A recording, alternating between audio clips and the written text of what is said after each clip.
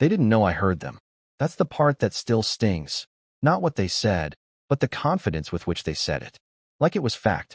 Like I was background noise, static behind the soundtrack of their fabulous lives. It was her birthday, one of those rooftop affairs with mood lighting, sangria stations, and uncomfortable chairs that looked better in pictures than they felt.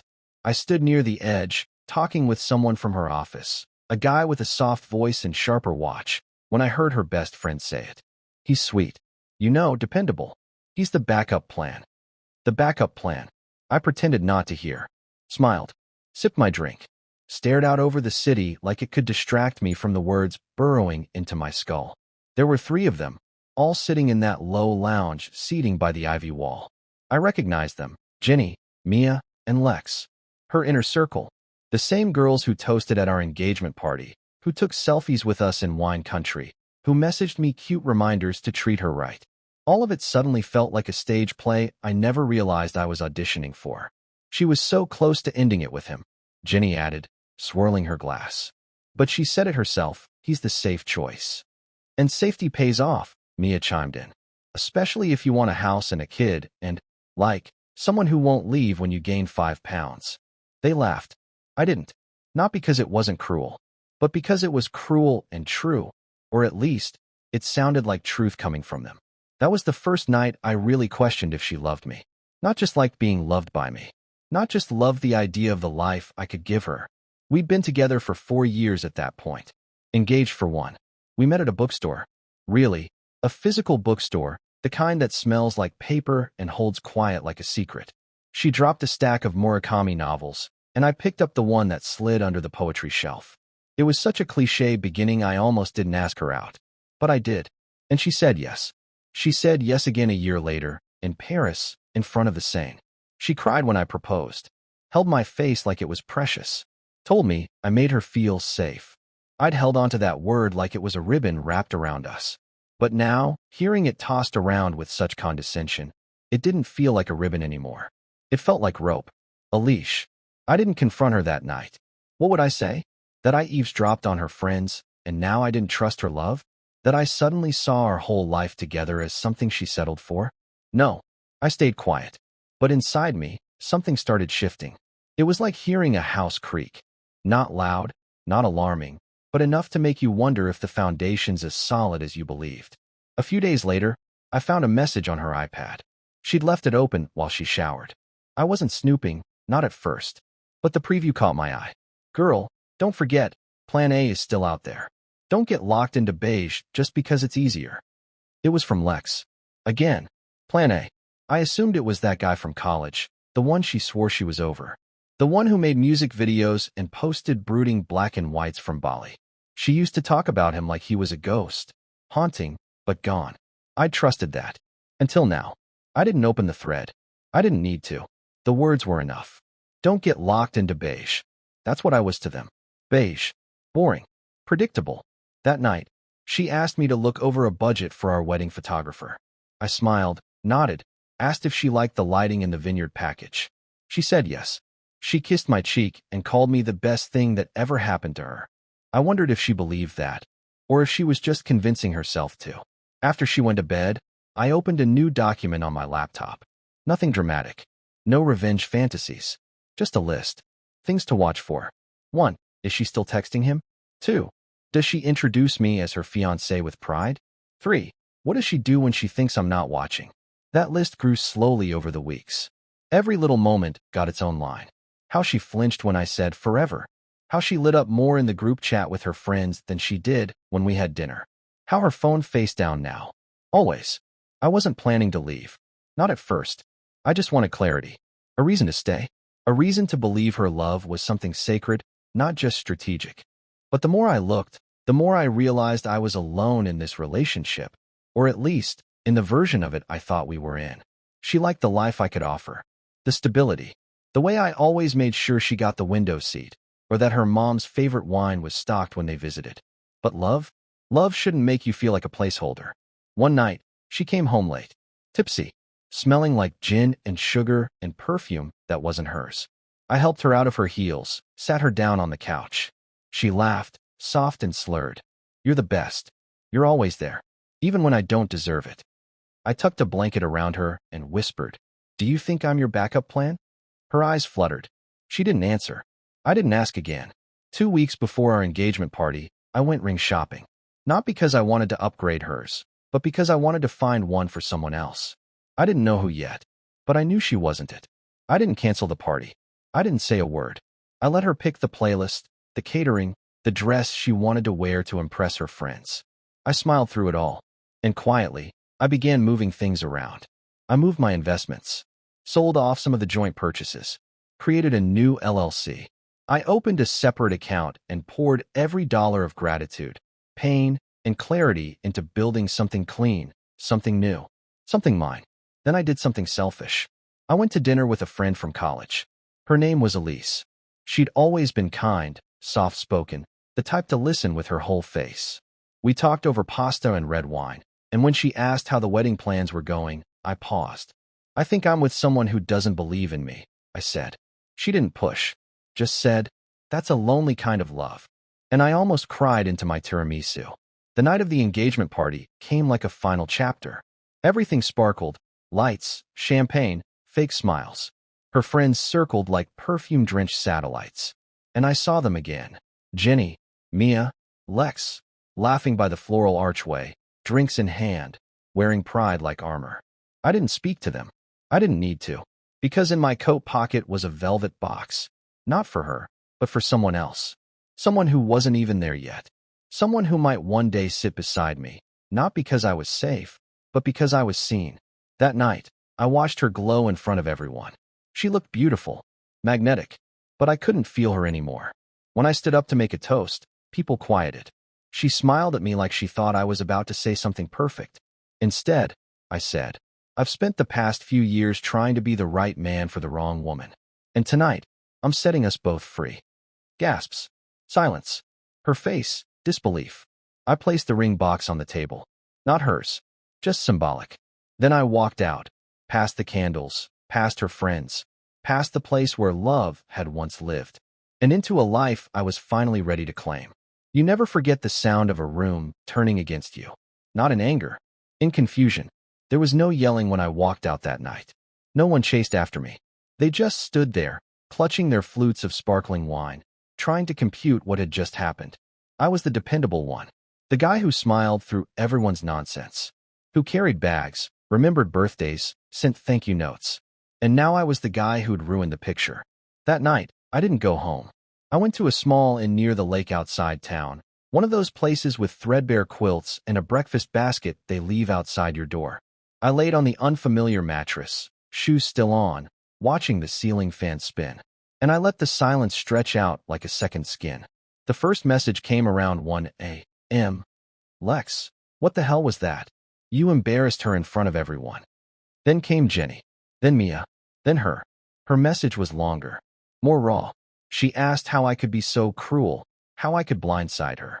She said I'd humiliated her, that she never saw it coming. And maybe she didn't. That was the part that gnawed at me.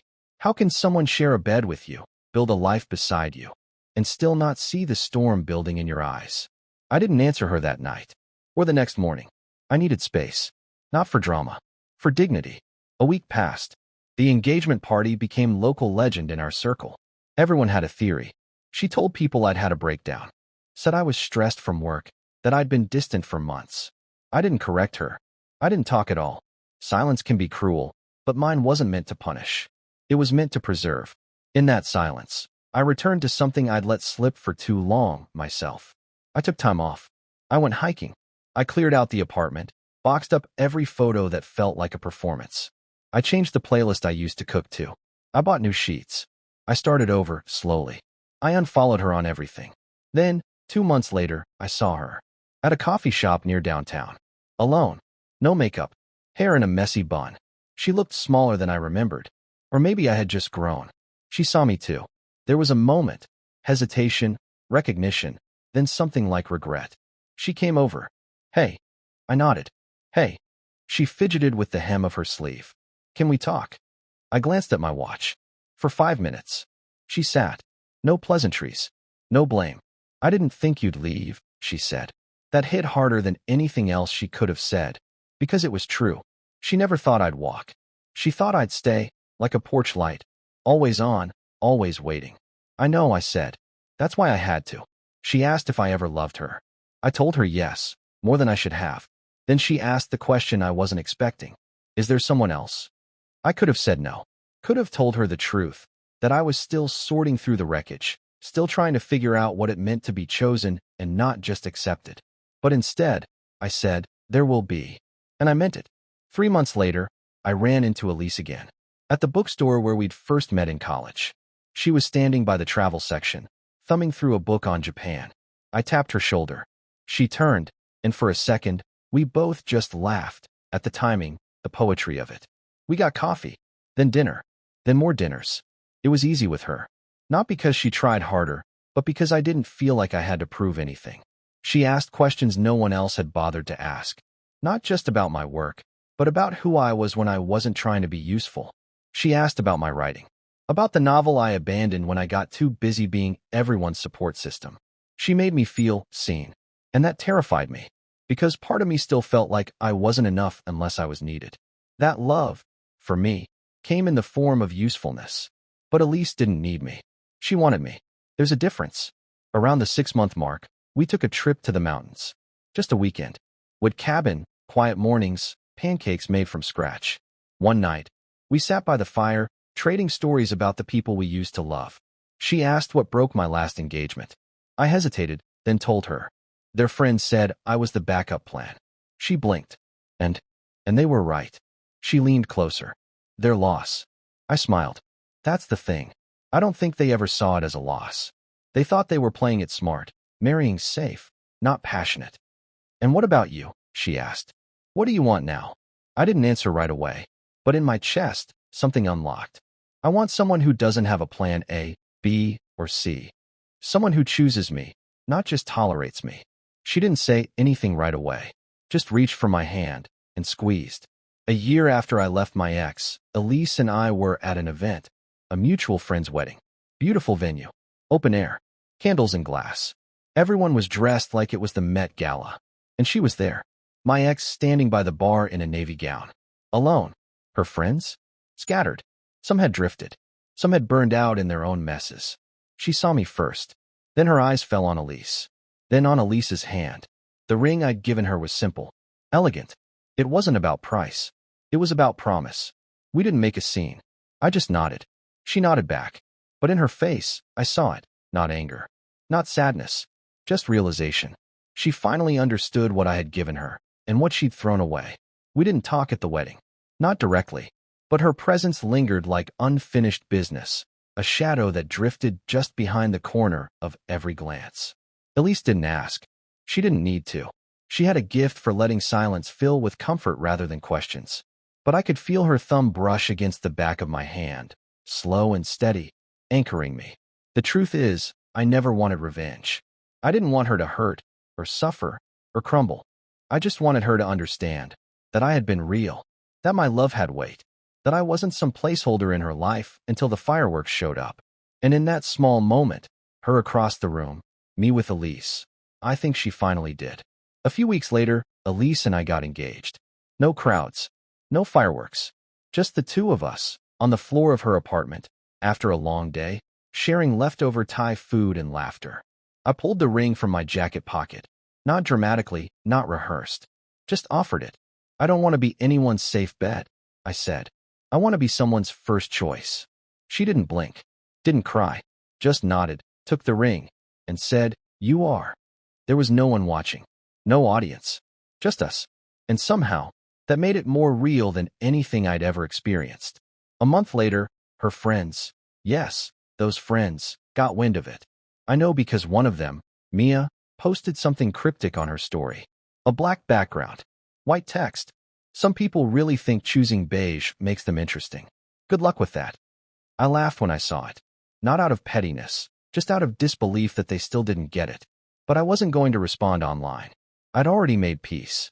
Still, life has a way of offering the occasional poetic flourish. A mutual friend, the only one who remained neutral through it all, was hosting a gallery benefit. A classy, formal affair. I was invited. So was Elise. And, yes, so were they. We debated not going. Elise didn't care for drama, and I wasn't trying to parade anything. But then she said something I'll never forget. Let's go. Not to prove anything. Just to walk in like we're not afraid to be seen. So we did. We arrived a little late. Let the room fill first. I held her hand as we entered. Not tight, not performative. Just there. And sure enough, within 10 minutes, they saw us. Lex stiffened. Mia whispered. Jenny looked down at her wine like it had secrets. And I stayed exactly where I was. I greeted the host. Talked with a couple of business contacts. Admired the art. Then, by pure chance or divine comedy, Elise and I found ourselves standing beside them by the open bar. Elise smiled warmly, offered a hello. I nodded. They returned it, not warmly, not coldly, just aware. There was a beat, a pause, and then Mia, of all people, looked at Elise's hand. That's a new ring. Elise nodded. Yes. He asked. I said yes. Another beat. Lex said, didn't expect that. I turned to them then, not angry, not smug. I let you think I was the backup plan, I said. Because at the time, maybe I was. But I outgrew it. She saw that. She believed in it. I glanced at Elise. She didn't flinch. Congratulations, Jenny said quietly. Really? And I meant it when I said thank you. We walked away after that. No scene. No snide remarks. Just the end of a chapter that had lingered too long. Our wedding was small. Mountains. Family. Close friends. She walked barefoot across the grass to meet me. There was no white gown. Just a light blue dress and that look in her eyes. The one that said, I see you. When I said my vows, I didn't talk about promises. I talked about belief. I didn't need someone to fix me, I said. I needed someone to believe I wasn't broken to begin with. You did that. We danced barefoot on a wooden deck. We toasted with cheap champagne and homemade cake. And that night, lying beside her, I realized what real peace felt like. Not quiet born from silence, but quiet born from truth. So yes, they once called me the backup plan. And maybe back then, I was safe, predictable, beige. But now I'm someone's beginning, someone's best choice, someone who waited for the right kind of love and found it. And I wouldn't change a thing, not even the hurt, because it taught me to stop auditioning and start living like I was worth the main role all along.